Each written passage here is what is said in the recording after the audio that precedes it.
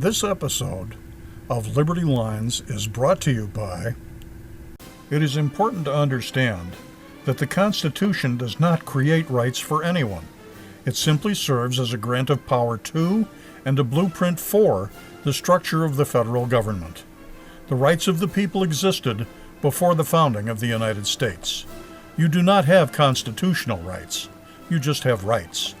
To protect them, you must understand them. The book, A Republic If You Can Keep It, can help you with that understanding.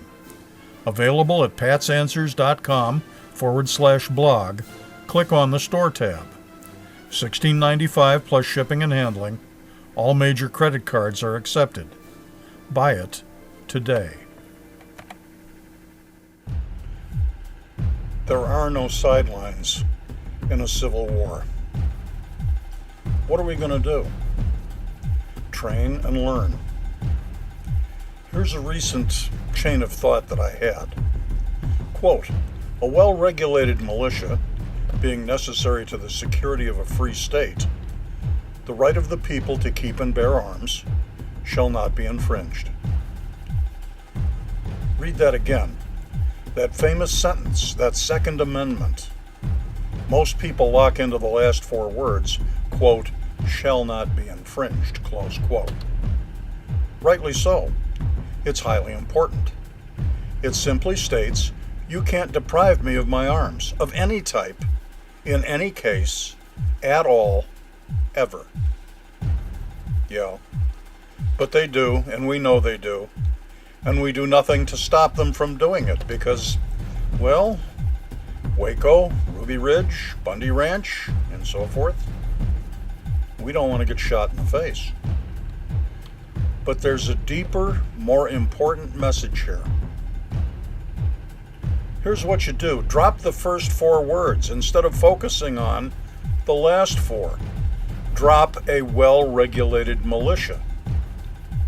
Now it reads, being necessary to the security of a free state, the right of the people to keep and bear arms shall not be infringed. Do you see it?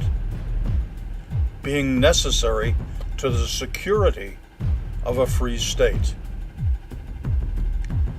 Let's look at some definitions.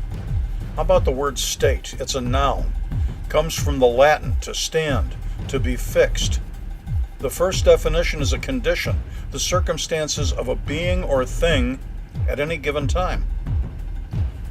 The next definition is a political body or a body politic, the whole body of people united under one government, whatever may be the form of the government.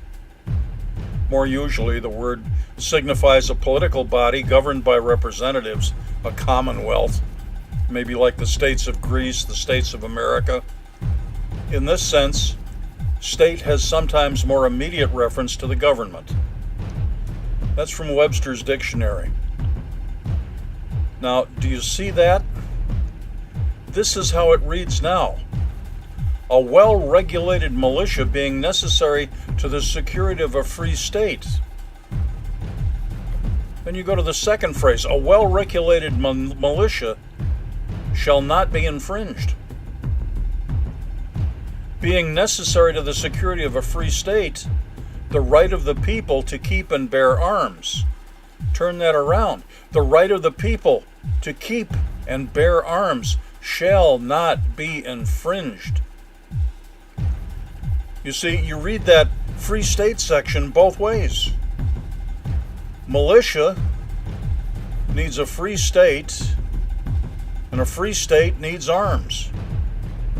Political freedom is the state of being armed, and political freedom equals personal freedom. Definition, state, noun, condition, the circumstances of being or thing at any given time. Stop and think for a moment. A free state, a state of freedom, a state of political and personal freedom. The founders, the thinkers, the authors of these amendments knew that the only way to ensure a state of personal freedom was with arms and armed fellows. They had just fought against a tyrant with a capital T, and petty tyrants in their own locales that tried to take away their guns. But they were also smart enough to understand the duplicate status and usage of the word state. How many people have forgotten that the revolution didn't start because of the stupid tea tax? On April 19th, the British regulars were marching not to collect taxes, but to disarm the countryside of their guns. Boston was already disarmed. The countryside collectively said, "Hell no." Some of the founders were literally plowing under their arms to ensure that the British would not find them. That's right, folks. People were burying their rifles 250 years ago, too. Personally, this came as an interested reflection upon the current state of mind we're in this country. A dual state, where we're balancing on the tightrope between the ballot box and the cartridge box. They're still coming for the guns. They always will. But right now, at least right now, we're ahead of that. For how long? Who knows? It's time, folks. There's no more time. Like another concerned American recently said, the next 30 to 60 days will decide whether or not America and its traditional citizens will survive. I am resolved no longer to obey tyrants. Are you? This has been Liberty Lines from Pat Answers Archives.